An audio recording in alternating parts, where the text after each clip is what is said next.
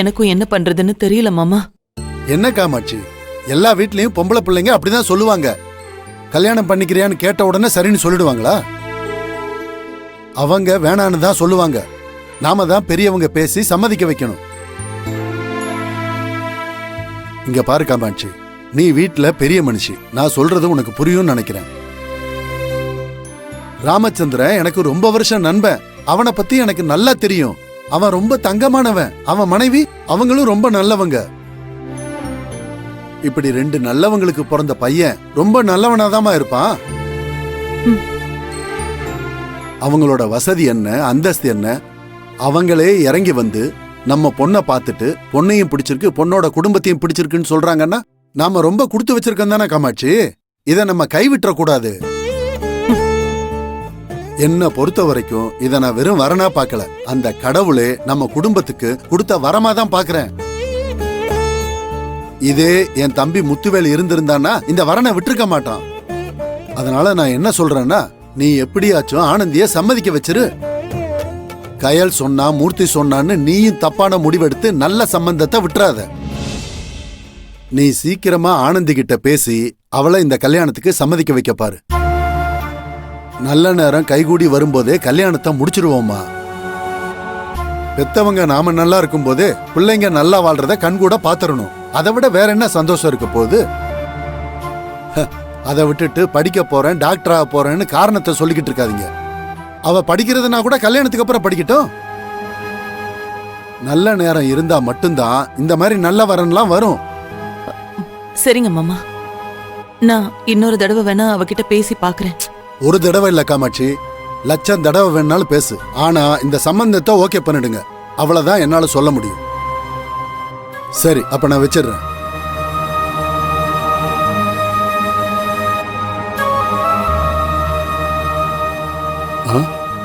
பார்க்கலாம். ஓ, இந்த டைம்ல கூட ஆனந்தியோட வாழ்க்கை நல்லா இருக்கணும்னு யோசிக்கிறீங்களா? இருங்க, உங்களுக்கு ஆப்பு வைக்கிறேன்.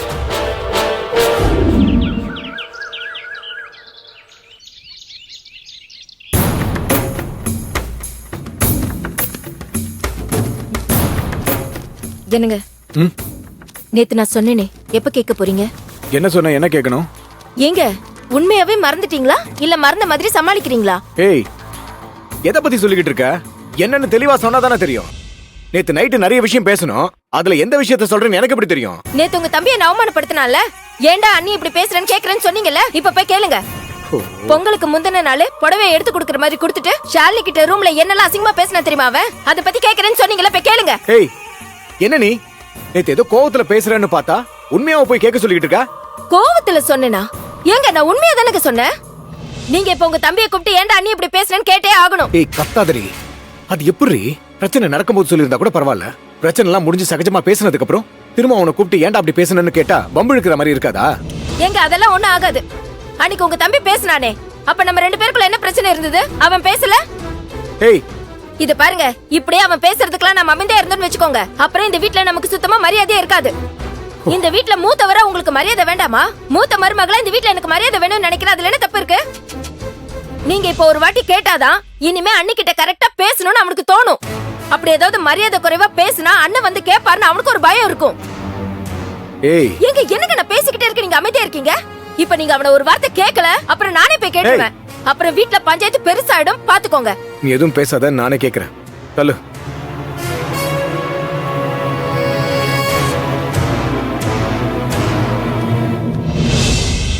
இந்த அன்பு, காஃபில சுகர் இருக்கான்னு பாத்துக்கோ. சரி, ஓகே.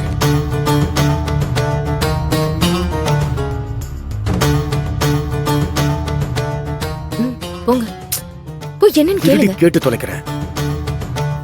அண்ணி, இது மடிக்கிறதா? மடி. ஷாலினி, கொஞ்சம் லைட்டா இருக்கு. இன்னும் கொஞ்சம் டிகாஷன் போட்டு சரி சரி அன்பு, கொண்டு வர.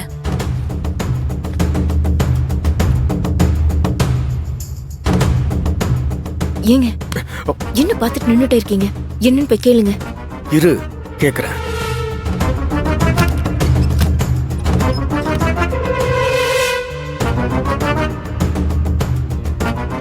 கொஞ்சம் பார்த்து பேசுங்க ஆனந்தி கிட்ட.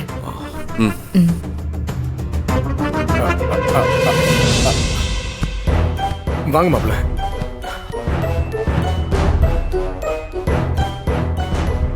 தேவி, ஆனந்தி எங்க? ரூம்ல தான் மாமா இருந்தா. ஆனந்தி கொஞ்சம் வர சொல்றியா? ஒரு முக்கியமான விஷயம் பேசணும்.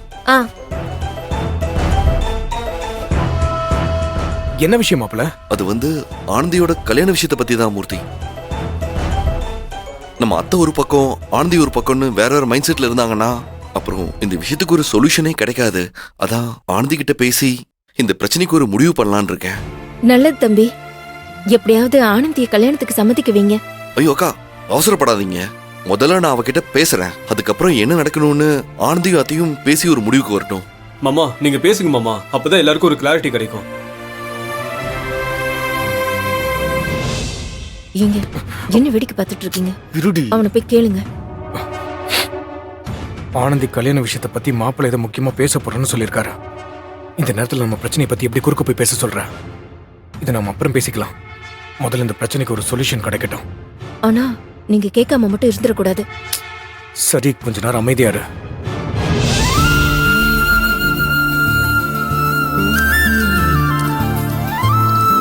ஏ ஆனந்தி, எழில் மாமா கூப்பிடுறாரு. இதோ வரேன், வா.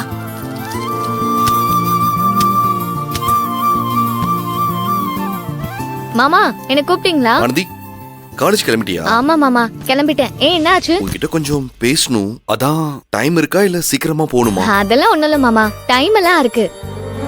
சரி, நீ ஒரு நிமிஷம் என் கூட வாயேன். என்னாச்சு மாமா, ஏதாவது பிரச்சனையா? இல்ல, பிரச்சனை எல்லாம் ஒண்ணும் இல்ல, ஜஸ்ட் பேசணும் அவ்வளவுதான். என்னக்கா?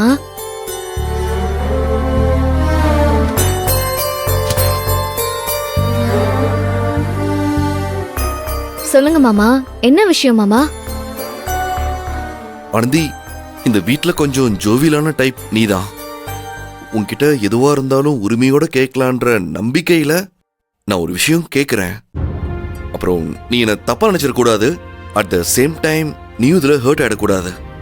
அது வந்து ஒரு ஜஸ்ட் கிளாரிபிகேஷனுக்காக தான் கேட்கிறேன். அதே மாதிரி நான் உன்கிட்ட கேட்கறதுக்கு நீ எந்த விதமான ஒளிவு மறைவும் இல்லாம ஓப்பனா என்கிட்ட பேசணும், சரியா? மாமா ஏன் இப்படி எல்லாம் பேசுறாரு? எதை பத்தி கேட்க போறாரு? ஒண்ணும் புரியலையே. என்ன யோசிச்சுட்டு இருக்க? இல்ல மாமா, யோசிக்கல. நீங்க எதுவா இருந்தாலும் கேளுங்க, நான் என்ன மறைக்க போறேன்? சரி, நான் சுத்தி வளைச்சு பேச விரும்பல, டைரக்டாவே கேக்குறேன். நீ யாரையாச்சும் லவ் பண்றியா?